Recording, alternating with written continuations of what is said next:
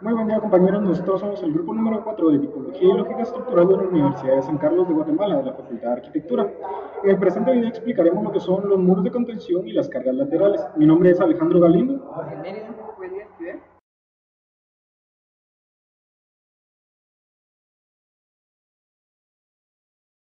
Los muros son elementos estructurales cuya principal misión es servir de contención, bien de un terreno natural o ya sea de un relleno artificial o un elemento a almacenar. Los muros se clasifican en dos tipos según lo que es su función. Muro de contención. Este se comporta como un voladizo empotrado en el cimiento. Los muros de sótano. Este se comporta como una losa de uno o varios vanos. Las partes que conforman a un muro son tacón, talón, puntera, trasdos, alzado o cuerpo, intrados y la corona. Tipología de los muros de contención. Estos se clasifican de la siguiente manera. El muro de gravedad. Son muros de hormigón en masa en los que la resistencia se consigue a través de su propio peso. Normalmente estos carecen de un cimiento diferenciado, aunque pueden tenerlo. Su ventaja fundamental es de que estos no van armados, por lo cual no aparecerá en obra lo que sería su estructura metálica. Pueden ser utilizados para alturas moderadas si su longitud no es muy grande, pues en caso contrario representan una solución poco favorable económicamente frente a lo que son los muros de hormigón armado. Muros de ménsula. Son los muros de contención de uso más frecuente y aunque su campo de aplicación depende de los cortes los cuales sean realizados en el terreno, el hormigón, el acero, el encofrado y el relleno, se pueden pensar que contribuyen a lo que es una solución mucho más económica para muros de hasta 10 o 12 metros de alto. Muro de contrafuerte. Este representa lo que es una evolución del muro de ménsula. Al crecer en altura y por ende en espesores de hormigón, compensa aligerar las piezas de lo que es la solución de los contrafuertes, aunque conlleve lo que es un mucho mayor trabajo de lo que es la estructura de refuerzo. Y también el encofrado y el hormigón es muchísimo más difícil de aplicar. Muros de bandejas. En esto se pretende contrarrestar parte del momento flector que se ha de resistir mediante la colocación de distintas bandejas a varias alturas, en las que se produce el momento flector en sentido contrario, debido a la carga del propio relleno sobre las bandejas. Su inconveniente fundamental radica en la complejitud de su construcción. Puede representar una solución alternativa al muro de contrafuertes para grandes alturas, en los cuales para resistir el momento flector se aumenta el canto y se aligera la sección colocando los contrafuertes. Muros de fibra y otros muros prefabricados. El concepto del muro de fibra de piezas prefabricadas tiene su origen en los muros análogos realizados con troncos de árboles. El sistema emplea piezas prefabricadas de hormigón de muy diversos tipos, que forman una red especial que se rellena con su propio suelo. Tipología de los muros de sótano. El tipo de muro de sótano más común es el cual, aparte de su peso propio, recibe una única carga vertical, la acción del apoyo y del forjado de techo. Dentro de la tipología general, el caso más frecuente es sobre el muro, apoya en pilares que transmiten cargas de las plantas superiores, pudiendo existir además varios sótanos. Teoría de presión de suelos, fuerzas de empuje. La presión del suelo o empuje es la fuerza que se desea contrarrestar con el muro de contención. Esta fuerza de empuje depende de los factores siguientes: ángulos de talud natural, cohesión y peso del suelo. Esta fuerza a contrarrestarse se denomina en el diseño como fuerza activa, en virtud de que como el muro se encuentra en parte enterrado, hay también una porción de suelo que ejerce una fuerza que ayuda a la contención del suelo y del diseño que se llama fuerza pasiva. Ángulos de talud natural.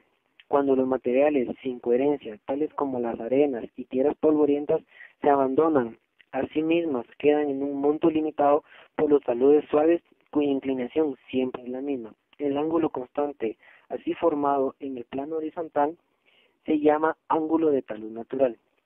Es el ángulo límite bajo el cual la componente, según el plano del talud, del peso de una partícula de estos materiales sin coherencia es igual a la resistencia de rozamiento que la equilibra. Es decir, el rozamiento es suficiente para impedir las partículas rodar unas sobre otras.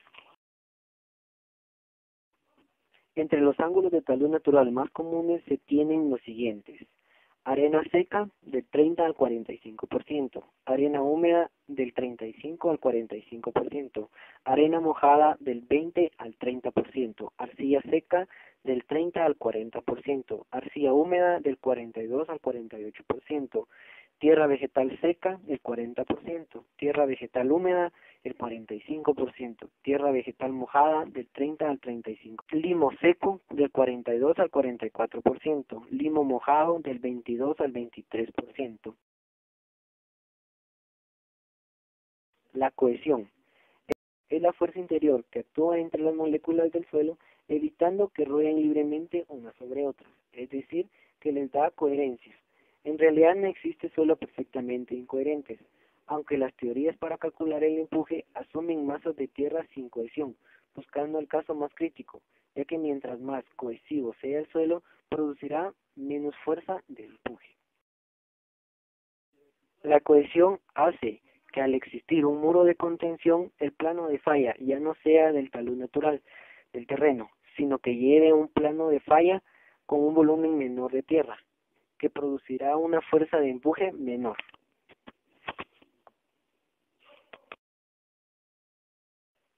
Peso de la tierra. Este factor es muy importante para calcular y diseñar un muro de contención, ya que afecta las fuerzas de empuje.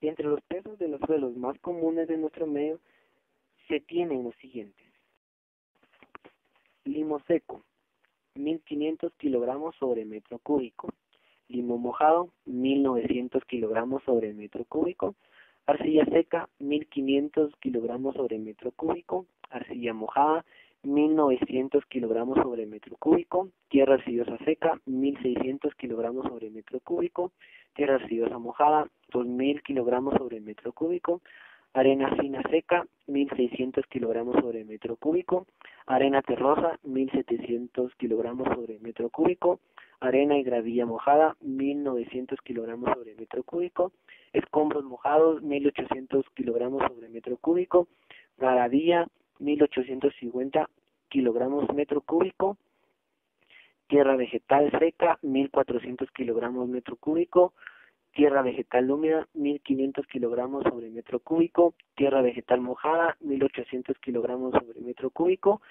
talpetate, 2080 kilogramos sobre metro cúbico; barro seco, 600 kilogramos sobre metro cúbico; arcilla con piedras, 2080 kilogramos sobre metro cúbico; y grava con 2160 kilogramos sobre metro cúbico.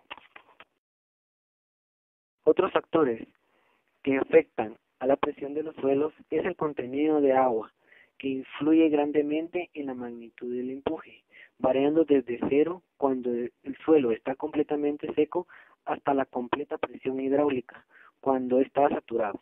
La arcilla, por ejemplo, cambia tanto en sus propiedades físicas con el contenido de agua, que unas veces tienen características de sólido y otras actúan como un fluido. Otros factores que influyen considerablemente es la sobrecarga. Se dice que hay sobrecarga cuando sobre el relleno del muro actúa una carga adicional. Esto se da frecuentemente en carreteras, ferrocarriles o cuando el terraplén es usado para almacenar ciertos materiales. Las cargas deben ser previstas, reemplazando el peso de la carga por una sobrecarga equivalente al relleno.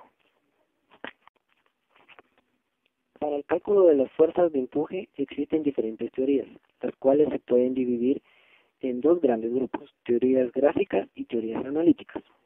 Las teorías gráficas surgen de las necesidades de contar con procedimientos prácticos para poder determinar las fuerzas que actúan sobre un elemento estructural. Entre ellas se pueden mencionar el método de Poncelet, el método general y el método de Kuhlmann. Entre las teorías analíticas se tiene la de Coulomb y la de Rakin. La de Rakin parte de los siguientes supuestos: suelo isotópico homogéneo, la masa que falla actúa como un cuerpo rígido, la superficie de ruptura es un plano, la dirección del empuje es paralela al talud, el talud se prolonga indefinidamente, la cohesión es nula, no existe fricción en el muro y en el suelo.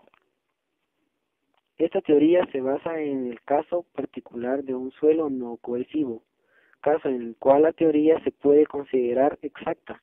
Luego, para otro tipo de suelo, la teoría es aproximada.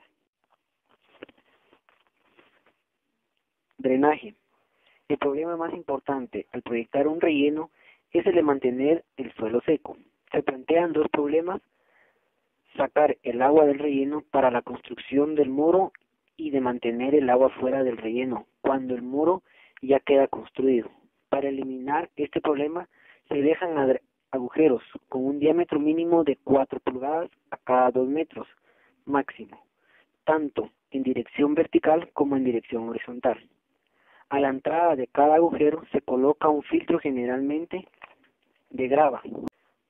Un mejor sistema de drenaje, pero más costoso, consiste en colocar tubos perforados de 6 a 8 pulgadas de diámetro en la base del mismo y en una zanja de filtración.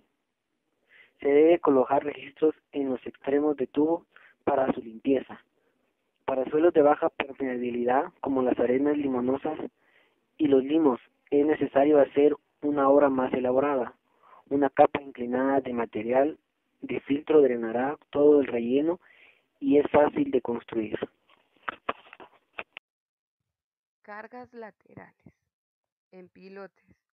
Muchos tipos de estructuras apoyadas en pilotes están sujetas a cargas laterales, aplicadas a una elevación considerablemente mayor que la de la base de la cimentación. Por lo tanto, la cimentación debe resistir no solamente fuerzas laterales, sino también momento. Debajo de estructuras como muros de compuertas, muros de sostenimiento y edificios ordinarios. Las cargas hacia abajo en los pilotes, debidas al peso de la estructura, son usualmente mayores que las cargas hacia arriba, debidas al momento causado por las fuerzas laterales, y no se requiere ningún pilote para resistir la supresión. Cuando deben transmitirse cargas laterales sobre una estructura al subsuelo por una cimentación de pilotes, una de las principales decisiones que debe tomar el proyectista es de si deben instalarse o no algunos pilotes inclinados. Esta decisión requiere una estimación de la capacidad de los pilotes verticales para soportar cargas horizontales. Si el suelo bajo de los cabezales de los pilotes es arena, cualquiera que sea su compacidad relativa, limo o arcilla, que tenga un valor de n mayor que 5, es razonable permitir una carga horizontal en la cabeza de cada pilote hasta de 700 kilogramos. En los suelos más compactos o firmes pueden resistirse mayores cargas, pero no debe tomarse la decisión de usar valores más altos sin hacer un estudio cuidadoso de las condiciones de subsuelo y de las necesidades estructurales. Cuando la carga horizontal por pilote excede de la que puede ser soportada únicamente por pilotes verticales, es necesario usar pilotes inclinados en combinación con los verticales. Son comunes los pilotes inclinados debajo de los muros de contención, en las pilas de puentes y en los estribos. Se usan también para proporcionar estabilidad lateral en las filas transversales de pilotes, llamadas caballetes, que constituyen los apoyos verticales para los puentes. Si tanto los pilotes verticales como los inclinados situados debajo de una estructura se apoyan por punta, y si todos están hincados hasta el mismo estrato, se supone generalmente que la capacidad axial de cada uno de ellos es la misma. Entonces, se considera que la carga horizontal por pilote inclinado es la componente horizontal de la carga axial. Si los pilotes son de fricción y de la misma longitud, usualmente se hace la misma suposición. La resistencia de los pilotes a la supresión depende de muchos factores, como el tipo, dimensiones, resistencia a la tensión de los pilotes y las condiciones de subsuelo. Es evidente que solamente la fricción lateral puede ser efectiva para resistir las cargas hacia arriba. Cargas laterales en muros. Como es bien conocido, el mecanismo de falla de los muros estructurales sujetos a cargas laterales depende principalmente de la esbeltez del muro. relación altura-longitud, nivel de carga vertical, relación entre los esfuerzos de trabajo en el muro y los esfuerzos a compresión, como también de la cuantía y disposición del refuerzo horizontal y vertical. La falla de cortante por deslizamiento es consecuencia de un nivel bajo de carga vertical y refuerzo débil. La carga lateral es transferida por la fricción entre las superficies a lo largo de la grieta, trabazón del agregado, y por la acción de dovela del refuerzo vertical, que afecta la resistencia perpendicular al eje de la barra. La falla de cortante sucede cuando la resistencia a corte de la sección horizontal del muro no es suficiente para resistir la carga lateral requerida para desarrollar toda la capacidad de flexión. En este caso, la carga es transferida por la tensión desarrollada en el refuerzo horizontal, por la acción de dovela del refuerzo vertical y por la fricción a lo largo de la grieta entre las partes de concreto o de mampostería separadas. En el caso de fallas por flexión, sin embargo, la resistencia cortante de la sección del muro es suficiente para permitir la fluencia del refuerzo vertical en el borde a tensión del muro. Debido a la deformación grande del refuerzo a tensión, puede ocurrir el aplastamiento del concreto y el consecuente pandeo del acero a compresión en la esquina inferior comprimida del muro. Mientras la capacidad de disipación de energía es limitada en el caso de las fallas por deslizamiento y por cortante, el carácter del mecanismo de flexión es generalmente dúctil. Sobre la base de investigaciones experimentales y del daño sísmico observado, se han desarrollado recomendaciones y requerimientos que son dados en varios códigos sísmicos respecto de la cantidad y distribución del refuerzo para asegurar la flexión y el comportamiento dúctil de los muros de cortante sujetos a cargas sísmicas severas. Gracias. Este fue nuestro video, esperamos sea de su agrado y de su utilidad para sus estudios. Muchas gracias por su atención.